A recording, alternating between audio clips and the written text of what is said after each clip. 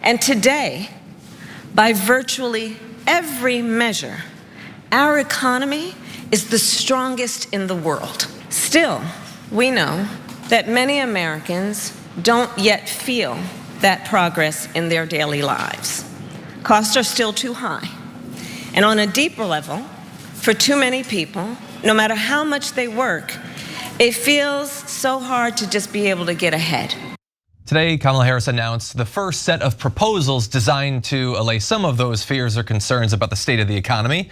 And for a number of those, we don't have a lot of specifics, but we do have some general guidelines and a few specifics that I think are worthy of discussion. Now, the first proposal that she made has to do with fighting price gouging. We're going to delve in greater detail into that a little bit later on the program. But I want to throw out just a few of the headline versions of this and then see what the panel thinks about this as a group of proposals. So you have a number of different areas. First, on housing, she's proposing a $25,000 subsidy for first-time homebuyers, as well as tax credits to incentivize housing construction and policies to prevent Wall Street investors from buying homes in bulk to resell at a premium.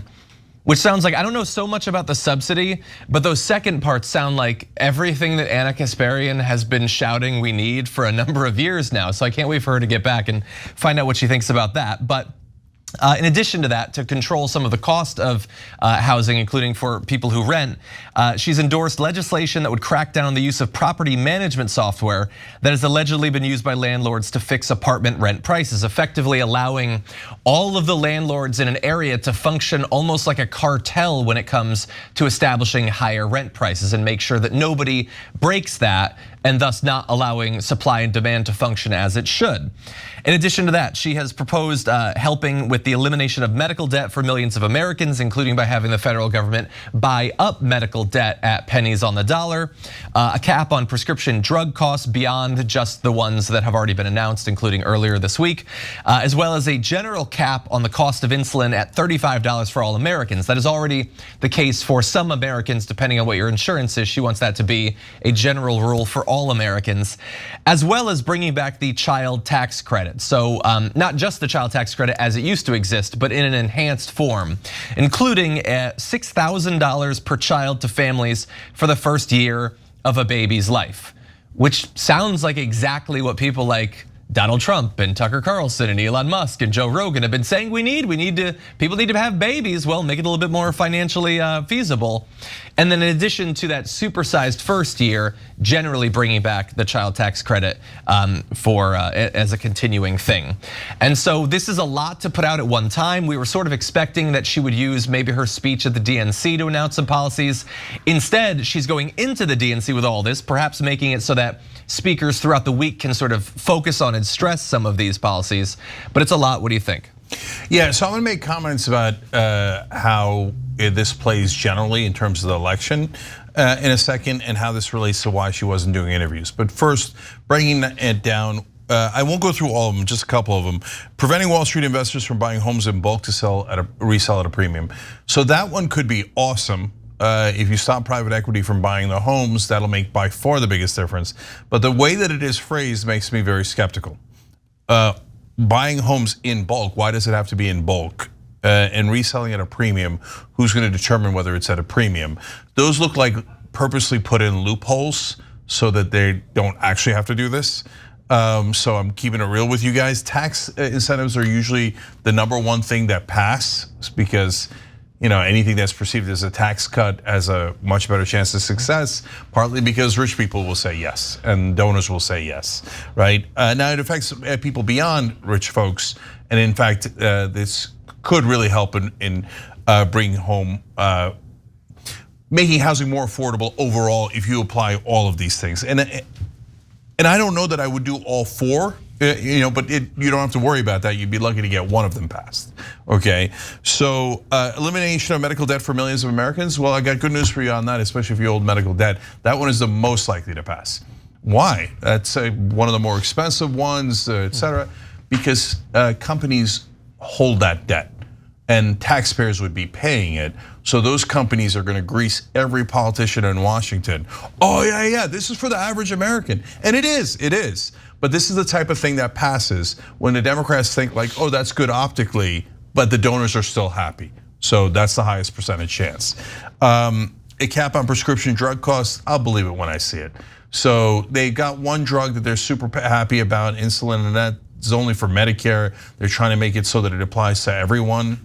Okay, good, I'll take it on the one drug. They're still bragging about the 10 drugs that's coming later in 2026.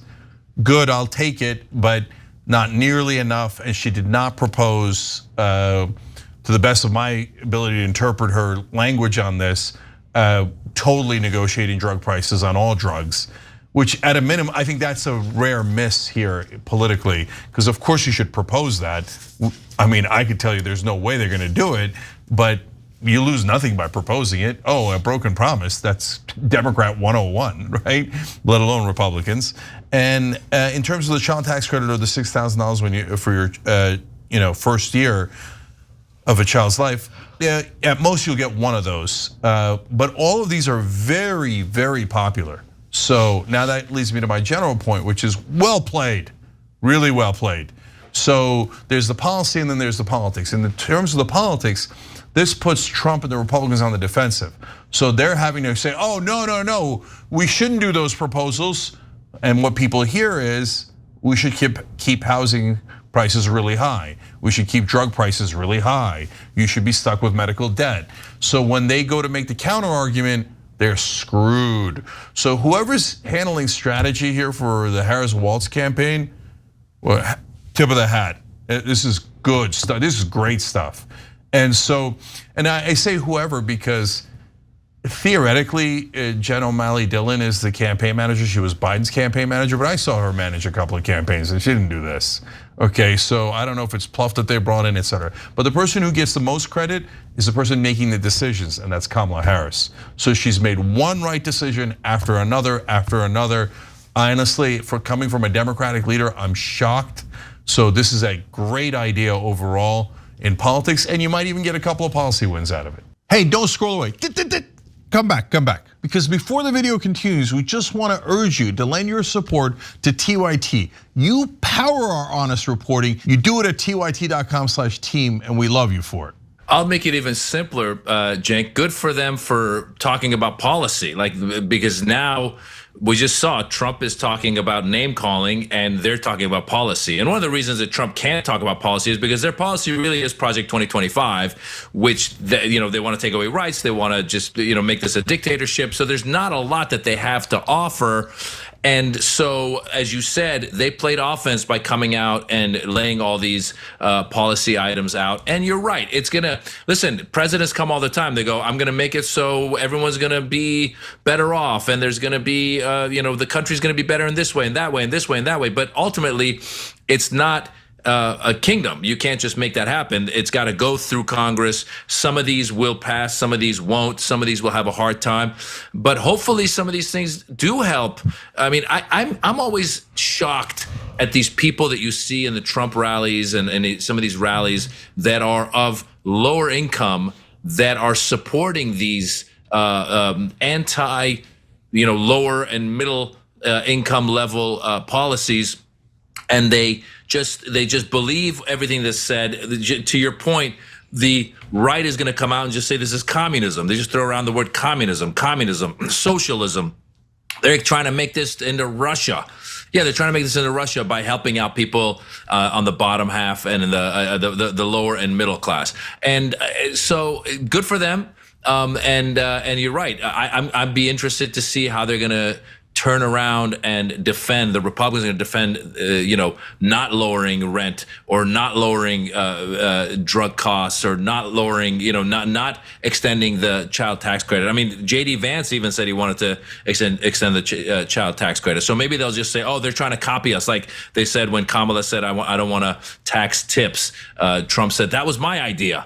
So I mean, if ultimately they get to a point where the right is just going, that was my idea, then geez, now you're basically getting the same ideas, but from someone who's a lot more pleasant than Downer Donnie. Well, there's a lot here, as we said. We do need more specifics. There's also a lot of areas of government policy, obviously, that are not included in this. This is sort of focused around costs of things, but we don't know exactly what her approach to energy will be, or climate, Ukraine, or Gaza, a lot of different areas, infrastructure.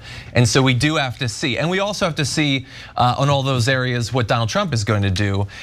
He has said that he'll give us his plans in 2 weeks, and so I can't wait to find out. Maybe Harris will bring up some of these other areas in her speech, but for now we are gonna take a break. When we come back, we're gonna, as I said, dive into the price gouging part of this. Thanks for watching The Young Turks, really appreciate it. Another way to show support is through YouTube memberships. You'll get to interact with us more. There's live chat emojis, badges. You've got emojis of me, Anna, John, JR, so those are super fun. But you also get playback of our exclusive member-only shows and specials right after they air. So all of that, all you gotta do is click that join button right underneath the video. Thank you.